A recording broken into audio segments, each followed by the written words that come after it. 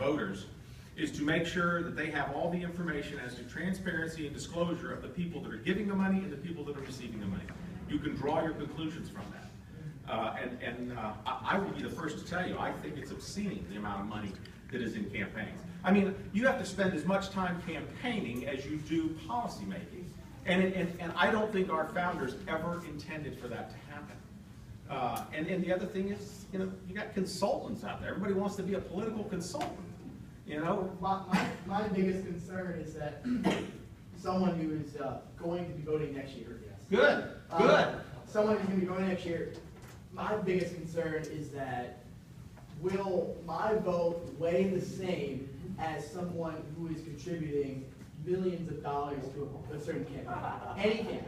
Well, I would think so. But you know what's even more interesting is that for every time you register to vote, there'll be probably at least 2 more people who are eligible to register that won't register. And all those who are registered to vote, how many out there ever go out and vote? So even though we are a country ruled by a majority, we're actually a minority because of all those people out there that are eligible to register, only half of those ever register, and of those that are registered, only half of those ever go out and vote. You know, it's the ones who vote, and that's why politics has become such a science. You saw the last elections. If you had Pandora on a radio, they knew exactly what you listened to, and then they would target your advertisements based on the demographic that they would create by what you listen to. We do the same thing in marketing, whether it's milk, or whether it's a car, or whether it's a politician. And so now we're targeting, why are we going to spend any time targeting somebody who doesn't vote, or not registered to vote? So, I'm not saying register to vote, get a lot of stuff in the mail, because you will, but it is an amazing dynamic that this country, that treasures, and I absolutely mean this, treasures the right to vote so much, has so many people who don't vote. I agree. And now we've created this whole system that is funded by money to target those who will vote so that we get our message out to them or however. But I would just encourage you to make sure that not only do you vote, but educate your friends and stay involved. Absolutely. Yes, sir. I'm a 30-year Navy veteran, and my military service is over now, but I'm very much concerned at what's happening to the military now. With the proposed reductions to the defense budget, where we're going to lose so many fighting men in the future, I'd like to know what your personal view is on this and what you think the Republican Party and you can do to turn it around. Thank you very much for your service. I come from a family of, my grandfathers served in World War I, my father was a World War II veteran, and 3 of my brothers served in Vietnam. I did not serve. I was too young for the draft, and actually when I applied to the Naval Reserve in college, they didn't take me. So I thank you for that, and I think that probably those in this country who raise their right hand to give the last full measure of service and to give the ultimate sacrifice for this country deserve a tremendous amount and don't deserve to be pawns in political pandering about funding and things of that nature, like we did with the cost of living adjustments for our veterans, which was a terrible thing. We did correct that, which I'm grateful for.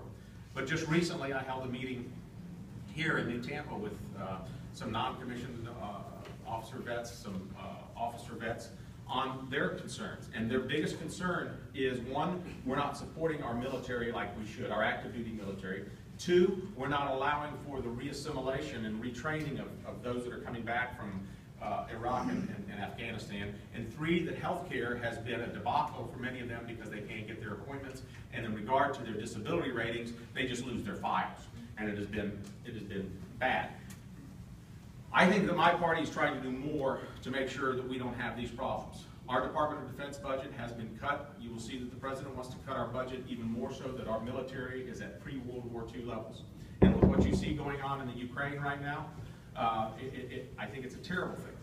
Look, I'm not advocating that we go out there and put our soldiers in harm's way anymore. I'm not suggesting that at all. But we are the world's policemen, whether we like it or not. We have the most advanced military ever known to mankind. We owe you and all your colleagues a great debt of gratitude, as well as a commitment to uphold our promises, to make sure you get your health care, to make sure that your benefits that you've earned are given to you properly. It shouldn't even be on the table as a negotiating point. I have signed on to bills that have been filed that would take that off the table, that whenever we reach a budget crisis, that we will continue to pay active duty military and veterans benefits without having to come into the equation. That's the first thing I think we need to do, and that's what I've always supported. Second of all is I think we need to understand that our responsibility to the Constitution is to provide for the common defense, and to do so, one of our best strengths has been the exertion of our strength as a military power. We gain more peace through this strength, as Reagan would say, than we do from showing some vulnerabilities. I think our foreign policies have been terrible. I think that we've put some of our soldiers in harm's way where we shouldn't have. But we can't ignore the fact that other countries, especially those that are seeking democracy, are going to look to us for some type of support. And so we need to make sure that we're strong as we possibly can be. Think of the technology that we gain even from the investment of our Department of Defense. Right over here at USF, they're looking at putting in a cybersecurity school that one of the main feeders of that is going to be MacDill Air Force Base, and returning veterans who have a security clearance and have the knowledge of cybersecurity. I mean, there's a great return on investment by the government investing in the Department of Defense and making sure that we have a strong military and we uphold our commitment to our veterans. And I just thank you for that. Yes, ma'am. Hi, I wanted to ask you about the discharge petition. If your colleagues in the Republican Party start signing on to it, will you sign on to it? Now, specifically the discharge petition with regard to the Senate bill on immigration? Yes. Yes. No, I will not. Can I ask why? Sure. I don't think that's the appropriate way to do it. I think you and I will agree that we need immigration reform. There's no question about that. But I think that your idea of immigration reform and my idea of immigration reform is probably where we have our differences. And I think that we as a party, that we as a Congress need to have this debate on immigration. Because I think that it has been broken. And I think that we can have a stronger economy if we go out there and find out who is here and find out what their intentions are. You know, one of our problems is that we have a visa system that is absolutely fractured, that 40% of the people that are here in an undocumented fashion are here because of expired visas. We know when they came over, but we don't know when they ever left, if they ever left. And they're not going to leave because they can't come back over because they run the risk of deportation. Let's just fix this. Let's fix the fact that we need to have people here to make sure that we have our labor, because we don't have domestic labor doing our agricultural work and some of our service industry work.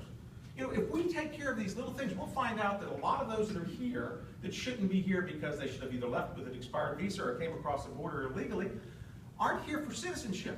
They're here for economic opportunities, and they want to go back home and support their families. I all agree with that. If we were to sit down, and I hope we have a chance to do this in Congress, and take what we agree on in immigration, I think we'd probably be there 70% of the way. And I think 70% of success is a lot better than nothing in success. So, you know, this is a negotiated process. And so I wouldn't say that I would support the Senate bill, but I will tell you that I would support certain parts of immigration reform that I think that you would support as well. And I hope we have the chance to do that as a Congress. I think it's been a fault of my party for not addressing it. Yes, sir. Who's going to go to jail from the IRS? That's a good question. You know, Lois Lerner, first of all, she's going to be held in contempt. The Oversight Committee did hold her in contempt. It'll now come to the House floor. It'll be voted out. It'll go to the Department